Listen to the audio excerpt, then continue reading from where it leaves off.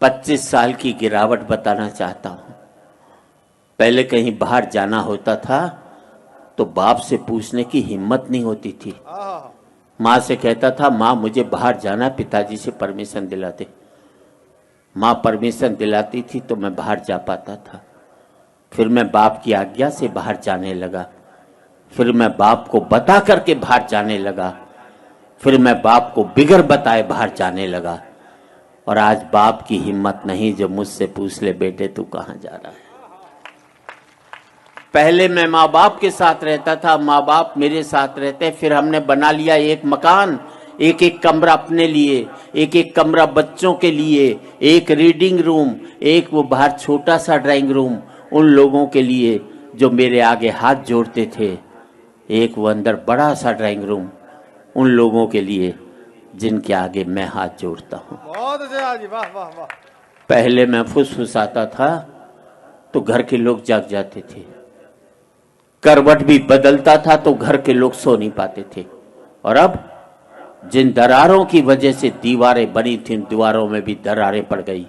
अब मैं चीखता हूं तो बगल के कमरे से ठहाके की आवाज सुनाई देती है और मैं सोच नहीं पाता हूं कि मेरी चीख की वजह से वहां ठहाके लग रहे हैं या उनके ठहाकों की वजह से मैं चीख रहा हूं। क्या बात है, वाह वाह वाह वाह वाह। आदमी पहुंच गया चांद तक, बड़ी तरक्की की साहब। अनपढ़ थे तो सरदार पटेल को चुनते थे, पढ़े लिखे हो गए तो फूलन देवी को चुन करके भेजते। बहुत अच्छे, बहुत आदमी पहुंच गया चांद तक, बड़ी तरक्की की साहब।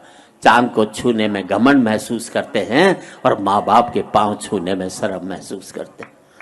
आदमी पहुंच गया चांद तक, पहुंचना चाहता है, मंगल तक खोजना चाहता है सूर्य के रहस्य, लेकिन नहीं पहुंचता भाई के दरवाजे तक। और आज इस समृद्धि की ऊंचाई पर बैठकर मैं सोचता हूं इसके लिए मैंने कितनी बड़ी खो दी ये खाइयां। क्या बात है, वाह। अंतिम पंक्तियां हैं, बात अच्छी लगे तो एक एक व्यक्ति की तालियां चाहूंगा। अब मुझे अपने बाप की बेटी से अपनी बेटी अच्छी लगने लगी है। बहुत अच्छे, वाह जी वाह। अब मुझे अपने बाप की बेटी से अपनी बेटी अच्छी लगने लगी है। मुझे बाप के बेटे से अपना बेटा अच्छा लगने लगा है। पहले मैं माँ बाप के साथ रहता था, अब माँ बाप मेरे साथ रहते हैं। अब मेरा बेटा भी कमा रहा है, कल को मुझे उसके साथ रहना पड़ेगा। और हकीकत यही है दोस्तों, तमाचा मैंने मारा है तो तमाचा मुझे खाना भी पड़ेगा।